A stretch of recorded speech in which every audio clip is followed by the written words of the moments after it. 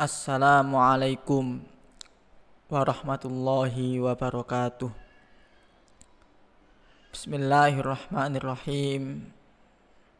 Alhamdulillahilladzi karramana bil Mustafa Muhammadin habibina. Walhamdulillahis salatu wassalam alaika wal ali ya khairal anam.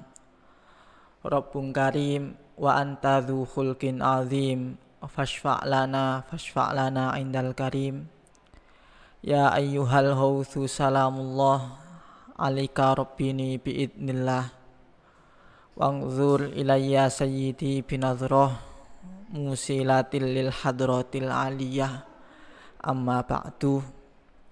Para hadirin dan pemirsa yang dirahmati oleh Allah subhanahu wa ta'ala, alhamdulillah, saat ini kita bersama berada di bulan suci Ramadan, di bulan yang sangat mulia indallah wa rasulihi sallallahu alaihi wasallam, bulan yang sangat istimewa. Sebagaimana yang kita ketahui bahwasannya di bulan Ramadan ini banyak di antara kita meningkatkan amaliyah ubudiyah kita, meningkatkan aktivitas-aktivitas keagamaan kita dengan harapan, dengan tujuan, karena ada banyak dalil-dalil, ada banyak pedoman-pedoman yang mengatakan bahwa di bulan suci Ramadan ini dilipat gandakan pahala-pahala ibadah-ibadah kita. Di bulan Ramadan ini banyak fadilah-fadilah yang di situ dilipat gandakan daripada ibadah-ibadah kita di bulan selain bulan Ramadan ini. Di sosial media juga dengan mudah kita menemukan unggahan-unggahan yang menjelaskan tentang bagaimana istimewanya bulan Ramadan ini, tentang bagaimana unggulnya bulan Ramadan ini dengan dilipat gandakan amal-amal ibadah kita. Sehingga itu merupakan sebuah motivasi bagi kita semua untuk meningkatkan amaliyah ubudiyah kita kepada Allah subhanahu wa ta'ala. Namun para hadirin dan pemirsa yang berbahagia, sejenak marilah kita ingat kembali sabda beliau Rasulullah sallallahu alaihi wasallam. An Abi Hurairah radhiyallahu an qala Rasulullah sallallahu alaihi wasallam, rubba shaimin laisa lahu min siyamihi rubba shaimin laisa lahu min siyamihi illal ju' wa rubba qaimin laisa lahu min qiyamihi illa sahar. Rubba shaimin laisa lahu min siyamihi illal ju'. Banyak orang yang berpuasa tapi tidak mendapatkan apa-apa, yang ia dapatkan hanya rasa lapar. Wa rubba qaimin laisa lahu min qiyamihi illa sahar. Banyak pula orang yang di situ melakukan qiyamul lail, melakukan ibadah malam, tetapi ia tidak mendapatkan apa-apa kecuali yang ia dapatkan hanya begadang saja. Para hadirin dan pemirsa yang dirahmati oleh Allah subhanahu wa ta'ala, mengapa kita berpuasa tetapi kita tidak mendapatkan apa-apa? Justru yang kita dapatkan hanya rasa lapar dan haus saja.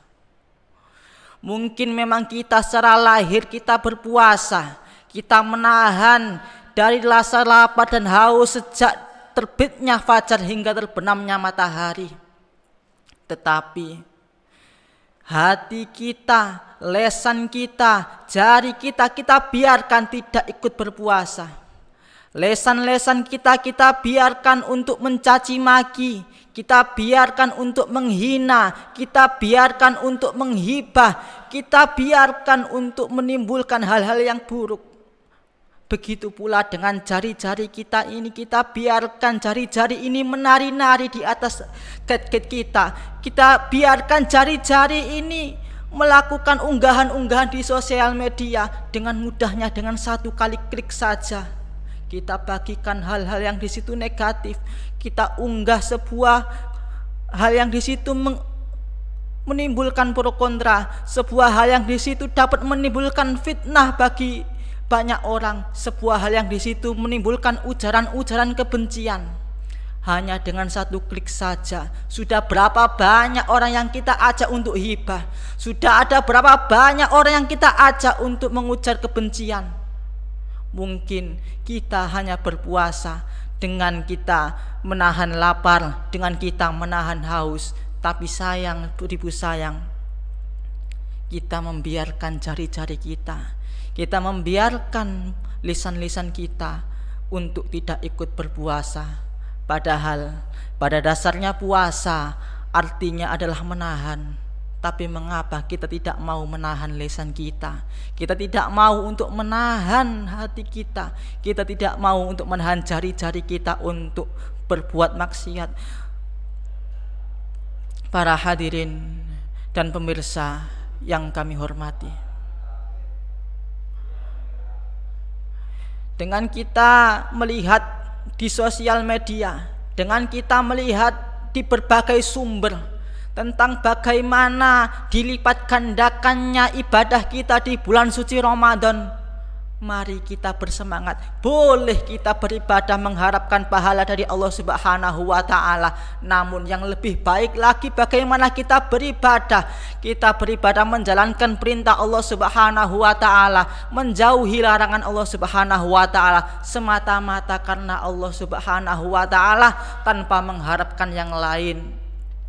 Karena meskipun Allah Subhanahu wa Ta'ala telah menjanjikan pahala-pahala yang berlipat ganda bagi kita, ketika kita tidak minta pahala tersebut kepada Allah Subhanahu wa Ta'ala, kita tulus ibadah kepada Allah, nyembah marang Gusti Allah, ibadah marang Gusti Allah, karena innallaha la yukhliful mi'ad, Gusti Allah tidak akan mengingkari akan janjinya.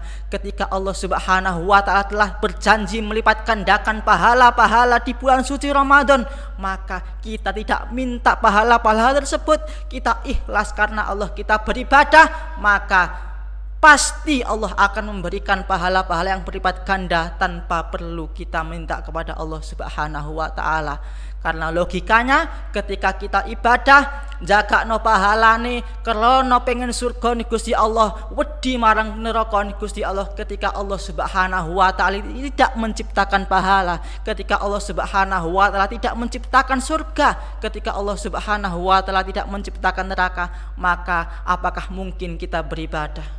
Oleh karena itu para hadirin, marilah kita perbaiki niat kita, mari kita perbaiki betul-betul apakah benar kita sudah beribadah tulus kepada Allah Subhanahu wa Ta'ala. Mumpung kita masih diberikan kesempatan oleh Allah Subhanahu wa Ta'ala, jangan sampai ketika besok kita di akhirat amal-amal ini justru akan menjadi bumerang bagi diri kita sendiri. Oleh karena itu para hadirin, marilah kita senantiasa memohon hidayah taufik Allah Subhanahu wa Ta'ala, syafaat beliau Rasulullah sallallahu alaihi wasallam. Terlebih di akhir zaman ini, marilah kita memperbanyak membaca sholawat kepada beliau Rasulullah sallallahu alaihi wasallam, dengan harapan dengan kita sering membaca sholawat timbul rasa cinta kepada beliau Rasulullah sallallahu alaihi wasallam, sehingga nanti perilaku kita akan mengikuti apa-apa yang kita cintai, yakni beliau Rasulullah sallallahu alaihi wasallam. Kita menjadikan beliau sebagai suri tauladan, sebagai panutan dalam hidup kita. Maka saya yakin ketika kita mengikuti beliau Rasulullah sallallahu alaihi wasallam dalam kehidupan ini, kita akan selamat fid dini wad dunya wal akhirah. Al-Fatihah.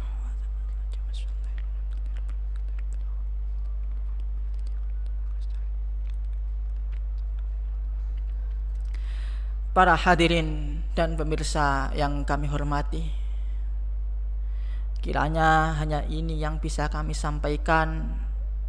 Segala salah dari awal hingga akhir kami mohon maaf yang sebesar-besarnya.